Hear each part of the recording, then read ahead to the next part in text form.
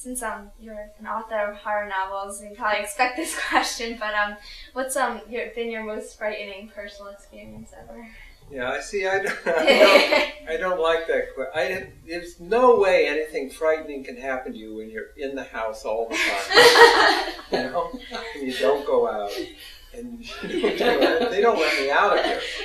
And there's nothing. I've had not a scary life in any way. I've had no, aside from real personal things, that kind of thing. I have a phobia that my nephews just think is insane, but I can't. And to me, it leads to scary moments. And I cannot jump into water.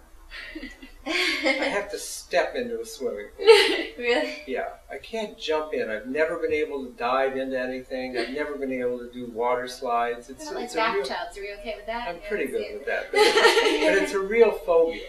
And we have a swimming pool, and my nephews are always trying to they just think it's hilarious that this scary guy can't jump into a pool. He's so terrified of it. That's great.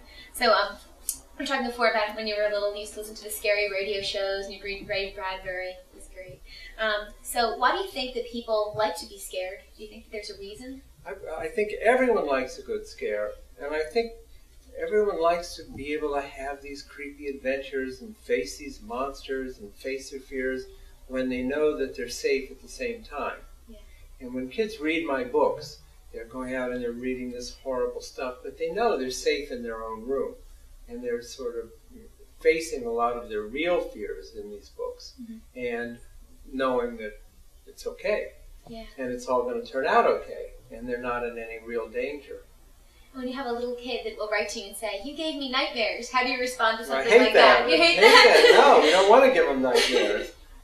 Luckily, it doesn't happen that often. A woman wrote to me, it was like perfect. It was like advertising copy. She said, "I like your books because they give my kids shivers, but not nightmares." Oh, that's good. It was perfect, perfect line, which is really what I try to do. I don't really want to terrify kids.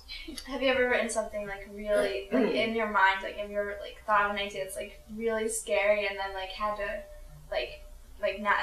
make it a little less frightening for the children? Usually it's the opposite. Usually my editors are saying make it scarier, because I tend to be sort of pull back, and they're always saying, no, you have to hype this up, you got to make it scarier. Only once I wrote a Goosebumps book called The Girl Who Cried Monster, about a girl who discovers that her librarian is a monster, and no one believes her, because she's always making up stories. And the way that she realizes that the librarian's a monster is that she sees him eat a kid. Oh. And they thought that was a little too much.